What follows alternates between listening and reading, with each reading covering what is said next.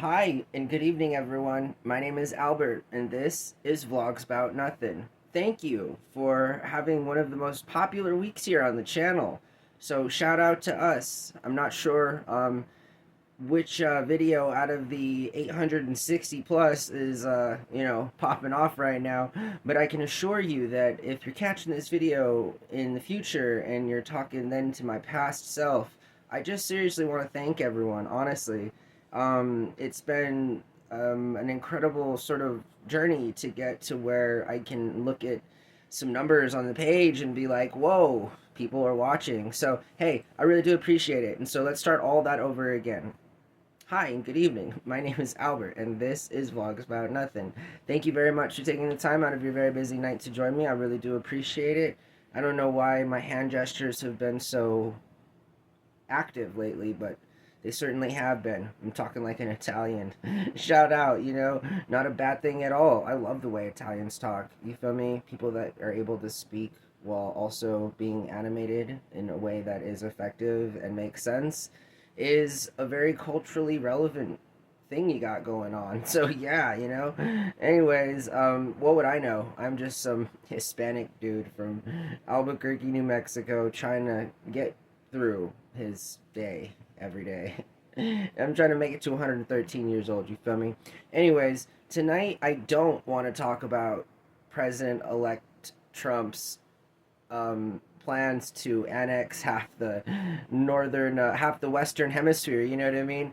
Like, cuz what a dumb thing to talk about. Let's not talk about annexing other countries just simply because we live in an age where sovereignty must be recognized, and while I'm all for collaboration and effectively what, a lot of people like to be sketched out about as it is a new world order or whatever, there's nothing wrong with global cooperation. There's definitely something wrong with manifest destiny in the 21st century. So I'm just saying that as the Canadian Prime Minister resigned just a few hours ago, it's really important that the political climate acknowledges, at least at the very bare minimum, that people like Donald Trump exist, and it is not in our best interest to go about trying to annex any country. I mean, the last time I checked, this dude wanted to send 13 million people back to their countries, and now we're having a conversation where he wants to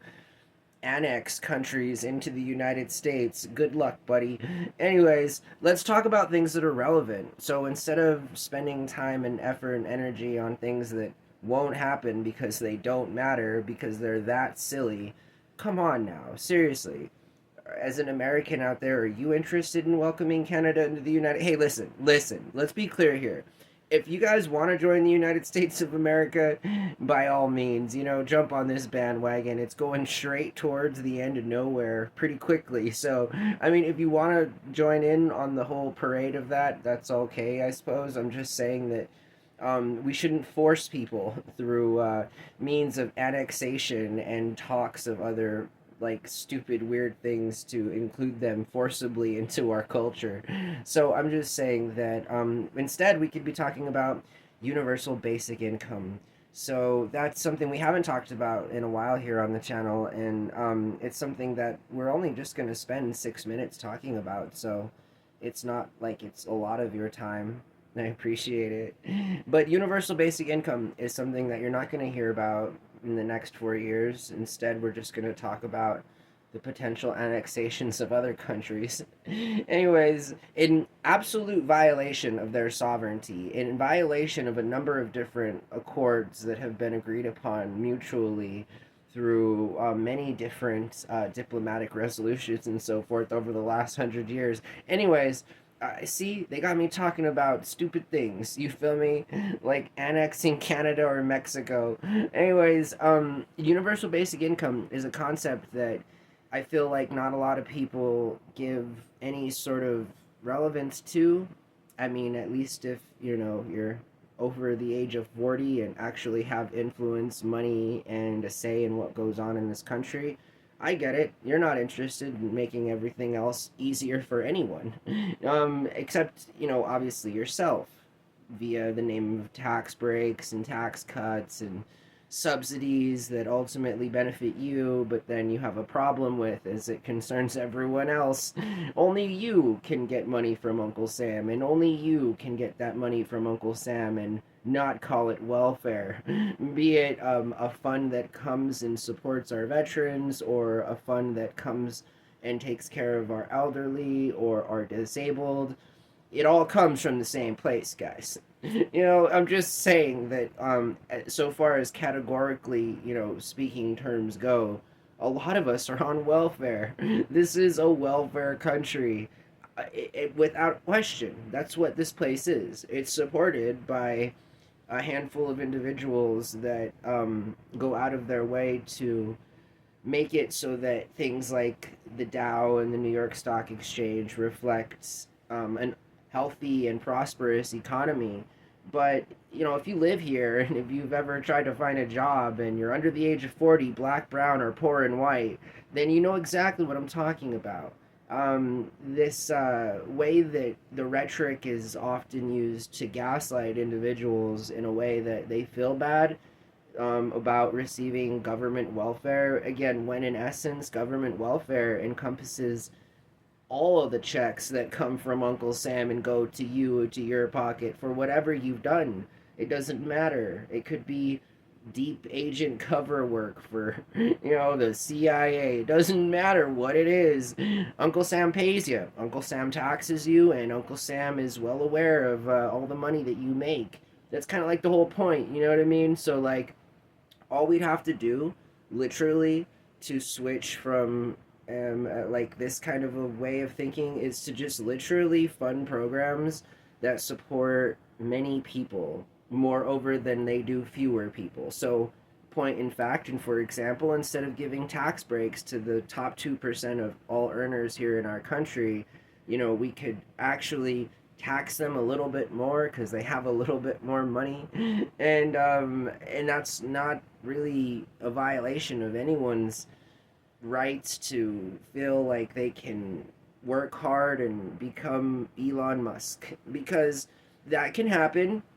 I mean, it's super rare, and it's a thing that only happens, statistically speaking, if your parents owned a coal mine or a gem mine or whatever, you know what I mean? Like, coming from money, you feel me? And ideally, or ideologically speaking, in a racially systemic culture, most often all of that old or legacy money or jobs that go to really high earning people come from white households that have historically benefited from systemic racism and institutional discrimination towards marginalized populations.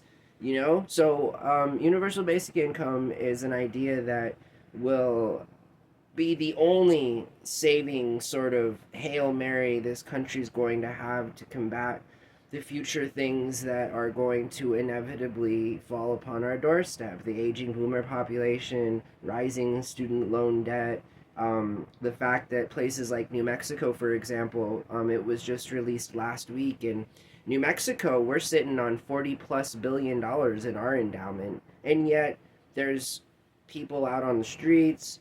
There's never been a higher unemployment rate here. The jobs are just absolutely not meaningful. They're not remedial. They offer no kind of career growth, unless, of course, you directly work for Uncle Sam, or you work for a company that works for Uncle Sam. This is, how can we be a capitalist society when all of our biggest private companies and corporations earn all of their money from the government?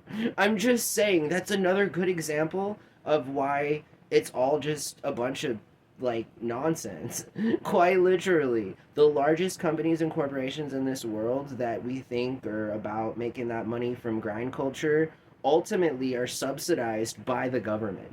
Like, this is, again, so what kind of a capitalist society do we live in when only very few people get to benefit from that very notion of making yourself work hard to earn the most that you can and so forth? It doesn't make any sense. Things that don't make any sense, ladies, gentlemen, they, them, typically, they don't make sense because it's not a thing. It's not real. And so yeah, I just universal basic income, again, I think is a lot cheaper than unemployment. It's a lot cheaper than the healthcare system having to continue to take care of our aging as well as youth population with mental health illness diagnoses and different kinds of cancer diagnoses. And there's a lot of different things, the low birth rate. There's lots of different things that we're going through as a country right now that aren't talked about as much as they need to. And instead of talking about these things like universal basic income, the boomers got us all talking about weird theoretical situations, all of which include and or are not limited to more colonialism in the 21st century with that weird blanketed racist term of manifest destiny. How is that racist? Manifest destiny is like the most cringe way of ever describing a set of feelings, that a type of way that you feel regardless of what is actually happening. Like, forget your feelings.